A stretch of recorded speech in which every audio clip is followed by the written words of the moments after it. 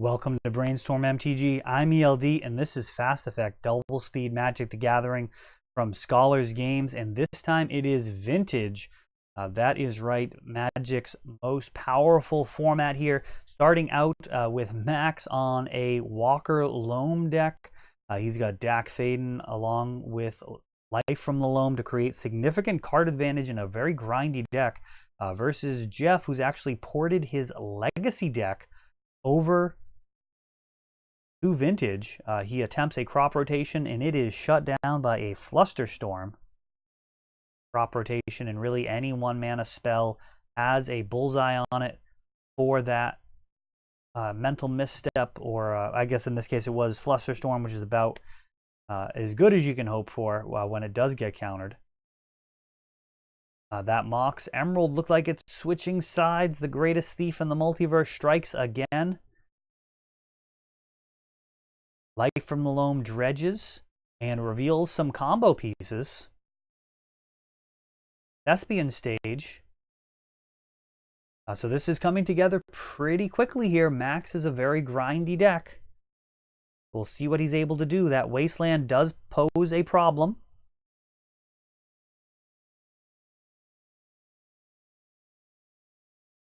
Of course, Wasteland gonna break up the combo, but not forever. Life from the Loam will allow it to get reassembled. Ancestral at the front of Max's hand here. Sapphire, Ancestral after this Brainstorm. Going to draw back into those two. Not the ideal setup. Ideally, you would love to shuffle away the worst cards in your hand, unless they are absolutely hot sauce. Sometimes you actually do just have the nut hand. More often than not, you'd rather shuffle. And here we go. Sylvan Library. More card advantage piling up. Super grindy action here from Max. He's got Library. He's got Deck. He's resolved Ancestral. He's stealing Moxes. And Jeff over here trying to do a relatively fair thing in setting up the Dark Depths combo. Looks like a Mox proxy there. The next turn he's going to be able to drop that Dark Depths and attempt during the end step, most likely, to make a 20/20. Not a lot of reason to do it main phase. There's a lot of reasons not to. Of course, Jace the Mind Sculptor, the first thing that comes to mind out of this Walker aggro Loamish type list. It kind of removes the aggro creature part and jams in a bunch of powerful planeswalkers. And there's one of them right now, Chandra. That reveals Dak. So a whole lot of planeswalkers coming together here. Now, interesting that he has found Wasteland. What Wasteland can do is target Max's Wasteland. He would then need to respond by activating his own Wasteland, and then Jeff could respond with making the 20/20. So Wasteland actually a very useful tool in fighting other Wastelands.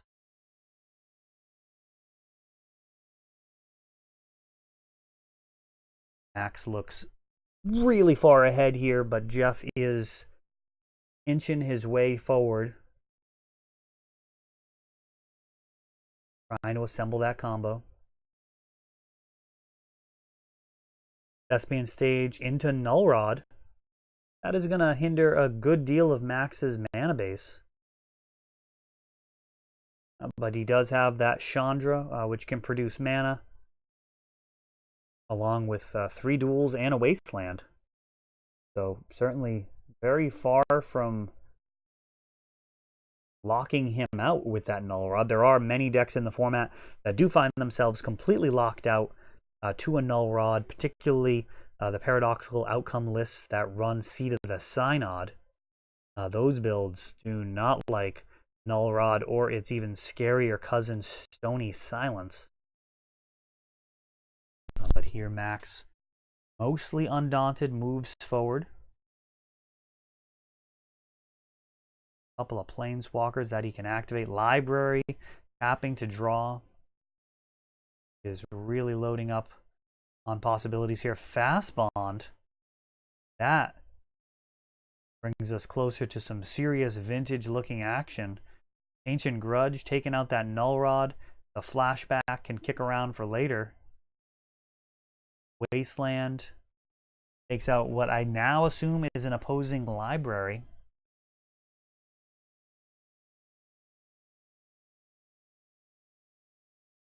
Jack Faden has us discarding Armogoyfs. Strip Mine as well.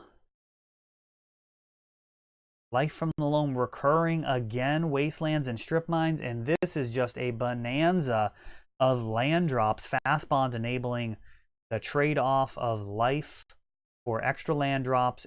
Resetting Jeff all the way back to 0 lands. And Max completely grinds that match out, leaving Jeff without any permanents versus a board full of planeswalkers, one of which can actually end the game overtime there in Chandra, has an actual win condition attached to her as she reveals cards off the top. Jeff taking a look. Looks like his build here a little less turbo-esque than the turbo depths that he runs in Legacy. Taking advantage of some of the other options available in Vintage, like Life from the Loam.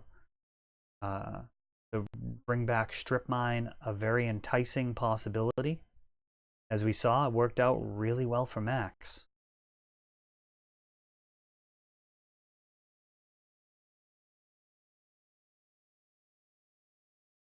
Jeff targeting some of his proxies here, so we're not going to be completely privy to exactly what these cards are. I will post the deck list in the description. May be able to sleuth out what some of these proxies are.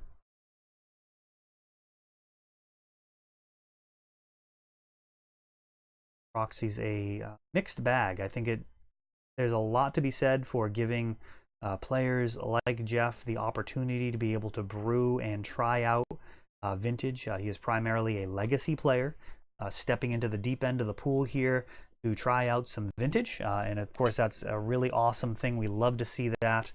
On the other hand, proxies do take away, certainly from doing commentary, and it does draw into question kind of the utility of owning power and other cards.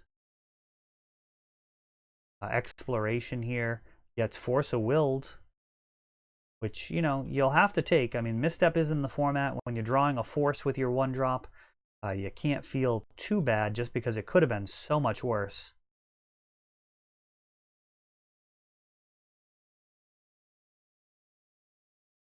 Taiga here for Max.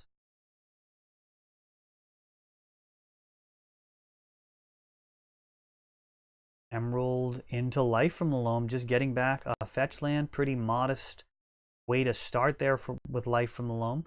Another exploration, and this one gets misstepped. So back-to-back explorations from Jeff. Strip Mine, and he is absolutely praying that Max does not have another mana source in hand. But he does. This Life from the Loam is going to recoup. That Strip Mine really not doing much now.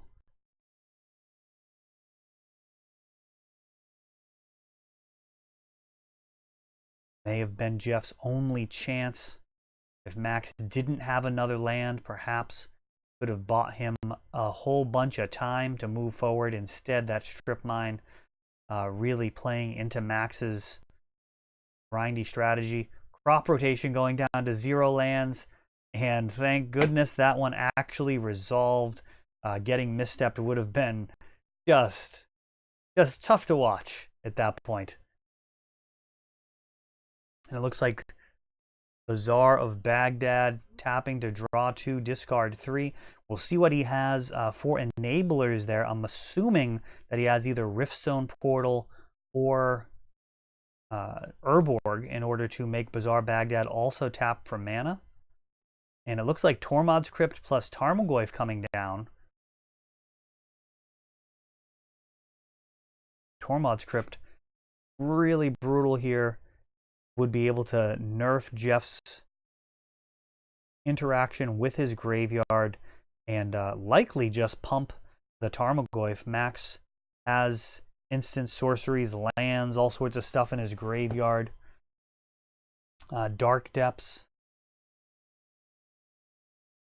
comes down here. Max actually gonna look to use Life from the Loam to recur some Wastelands. Looks like he just drew for turn, though. Bazaar, draw 2, discard 3. Is that all 3 cards in hand? That's all 3 cards. I don't know. I mean, that looks like it may have just been in error. Chandra comes down. And this is the beginning of the end.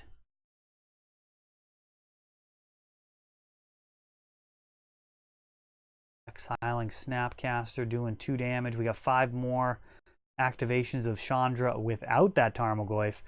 And we'll see how hard that Goyf hits on the next crack. It is likely a 1 or 2 turn clock here. Probably a 2 turn clock. I doubt we have Tribal in the graveyard. Chandra showing what may be a Nature's Claim.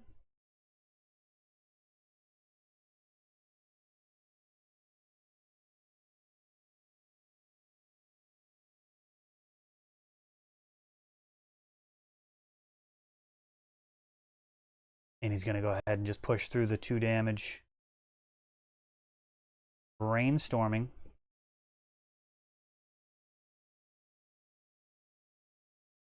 Trying to dig as deep as he can here. Of course, he could have used the...